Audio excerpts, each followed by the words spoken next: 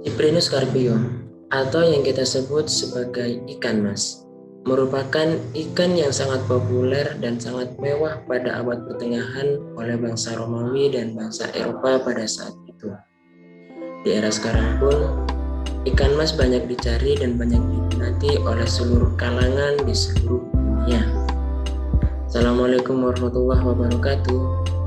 Ini saya Tori Kurjana akan menjelaskan sedikit mengenai Cyprinus carpio atau yang kita sebut sebagai ikan mas.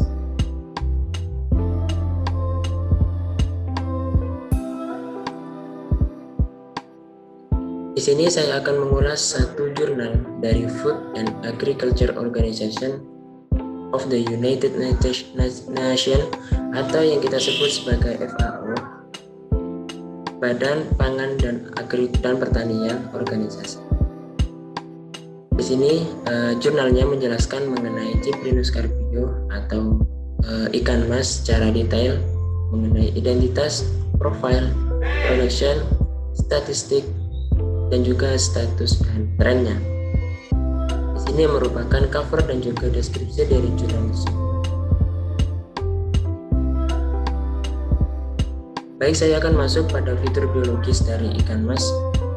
Tubuhnya memanjang dan agak padat, bibir tebal, 2 pasang sungut di bagian mulutnya. Sungutnya itu sangat pendek dan tidak kadang juga sedang, ada yang juga panjang, ada juga pendek, bervariasi. Yang lebih pendek di bibir atas.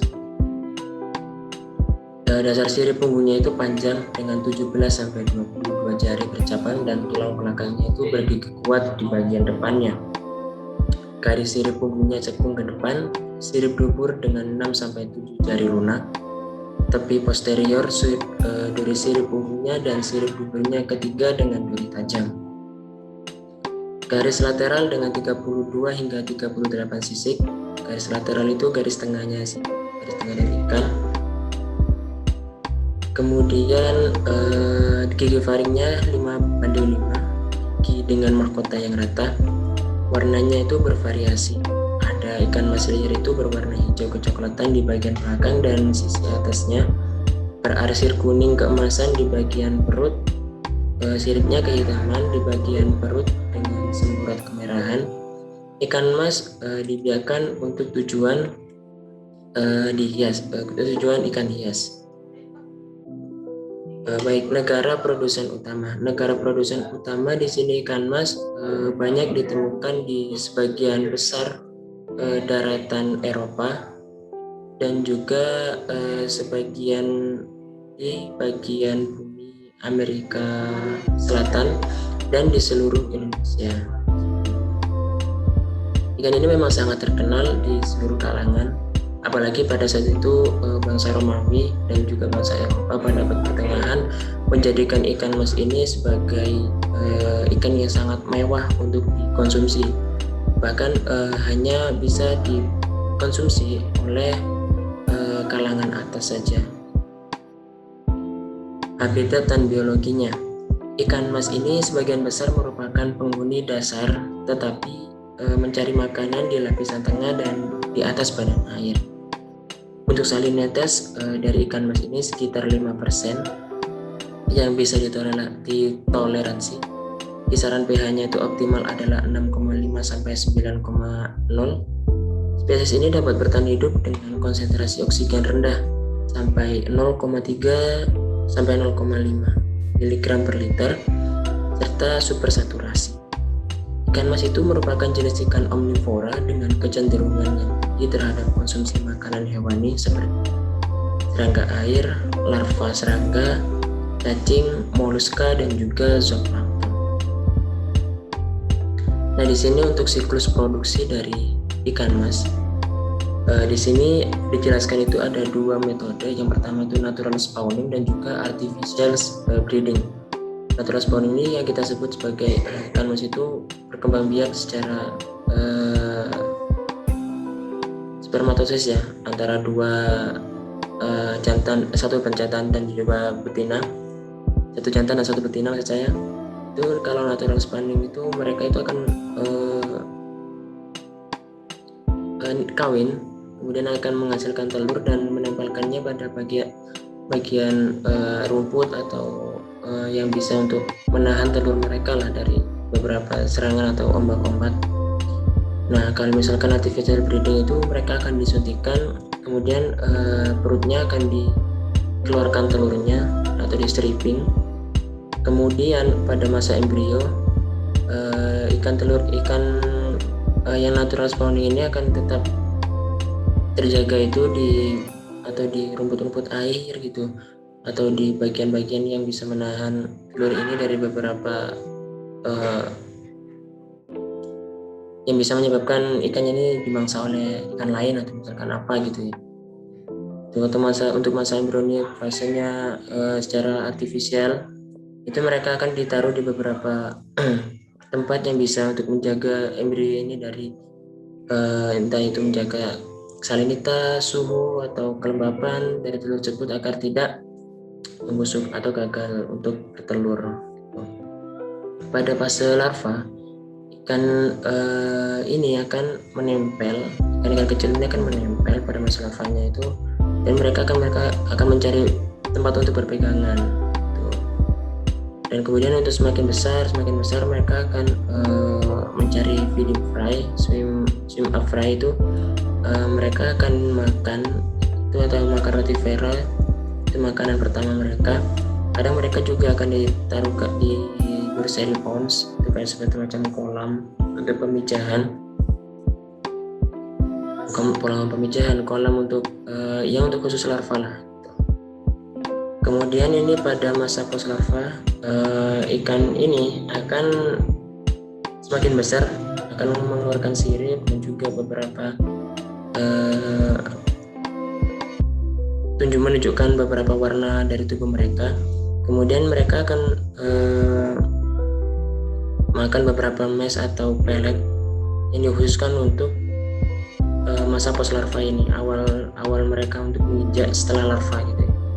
Kemudian di sini setelah besar mereka sudah bisa untuk makan fish feed-nya, juga beberapa makanan natural organisme seperti nyamuk atau zooplankton dan lain sebagainya.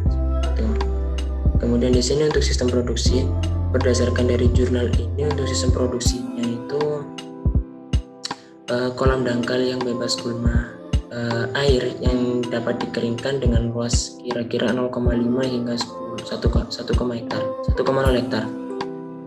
Itu merupakan lahan yang paling cocok untuk perawatan ikan mas. Kolam pembibitan harus disiapkan sebelum penebaran untuk mendorong perkembangan populasi rotifer. Karena makanan utama mereka setelah post larva itu adalah rotifer. Karena ini merupakan makanan pertama untuk memberi makan benihnya itu. Padat penebaran 100 sampai 400 ekor per meter kuadrat. Kolam harus diinokulasi dengan monia atau juga dengan davia. Pakan tambahan seperti bungkil kedelai, bungkil sereal, bungkil daging atau campuran bahan-bahan tersebut harus diterapkan. Dedak padi atau poles beras juga bisa digunakan untuk memberi makan. Lama masa pembibitan itu kira-kira 3-4 minggu. Berat ikan akhir itu adalah 0,2 sampai 0,5 gram. Tingkat kelangsungan hidup sekitar 40-70%. Nah, makanya kenapa ikan ini banyak diminati untuk diproduksi untuk dibiarkan itu, karena tingkat kelangsungan hidup mereka itu yang cukup tinggi. Nah, untuk penyakit dan tindakan pengendalian di sini banyak penyakit atau bakteri virus yang bisa menyerang ikan mas. Sini ada tipenya itu beberapa bakteri dan virus penyebab penyakitnya. Penyakit insang bakteri itu disebabkan oleh bakteri, sindromnya area putih pada permukaan tubuh atau pada insang, nekrosis daerah yang terinfeksi. Pengobatan dengan garam atau antibiotik perbaikan limpa tambah. Penyakit viremia musim semi dari Kaper itu tipenya itu dari virus. Wabah di atas 12 derajat Celcius, benang tidak menentu, kemudian terjadi kelesuan radang usus, insan pucat, peredaran darah pada kulit, pendarahan pada kulit. Untuk pengukurannya, eliminasi faktor seperti parasit pengisap darah, tidak ada transfer ikan yang terinfeksi. Cacar ikan itu penyebabnya adalah virus. Untuk penyebabnya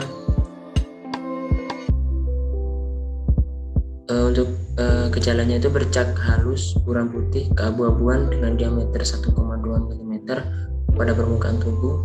Kemudian tubuh ditutupi dengan kehilangannya kalsium. Tubuh yang lembut, ekor bisa diputar ke kepala atas, manifestasi di atas 14 derajat Celcius. Hindari pengenalan ikan yang terinfeksi. Kemudian KHV itu penyebabnya adalah virus. Penyakitnya terjadi antara 17 sampai 25 derajat Celcius pada ikan mas dan koi. Kelasuan, berenang tidak terkendali, tidak menentu, nekrosis vokal insan, peningkatan lender sekresi, pendarahan pada insan dan juga hati, radang ginjal, kematian massal. Jauhkan daerah yang terinfeksi bebas dari ikan mas selama 3 bulan dan juga vaksinasi. Untuk trichodinosis, Trichodina sp, penyebabnya adalah protozoa ektoparasit, permukaan bercak kulit di permukaan kulit, eksudat lendir berlebih pada insan, sirip kompan camping, insan pucat ditutupi dengan lendir dan puing-puing sel. Itu untuk pengunggernya menggunakan garam formalin atau pemandian hijau perunggu, tembaga dalam kolam. Myxopolosis penyebabnya adalah Myxozoa kista, endoparasit dan pendarahan pada busung, timbangan longgar, putih atau kuning pada insan, pintil putih pada insan. Kemudian untuk pengunggernya adalah menggunakan formalin dalam pakan. Nah, ini untuk produksi aquacultur global untuk spesies ini adalah trennya ikan mas pada saat 1950 sampai akhir pada 2010 kemarin. Produksi ikan mas itu dibudidayakan hampir 14% dari total produksi budidaya air tawar global pada tahun 2002. Itu adalah 31 juta ton, kira-kira seperti itu. Untuk produksi ikan masnya meningkat rata-rata secara global sebesar 9,5% per tahun antara tahun 1985 dan 2002. Itu adalah sekitar 319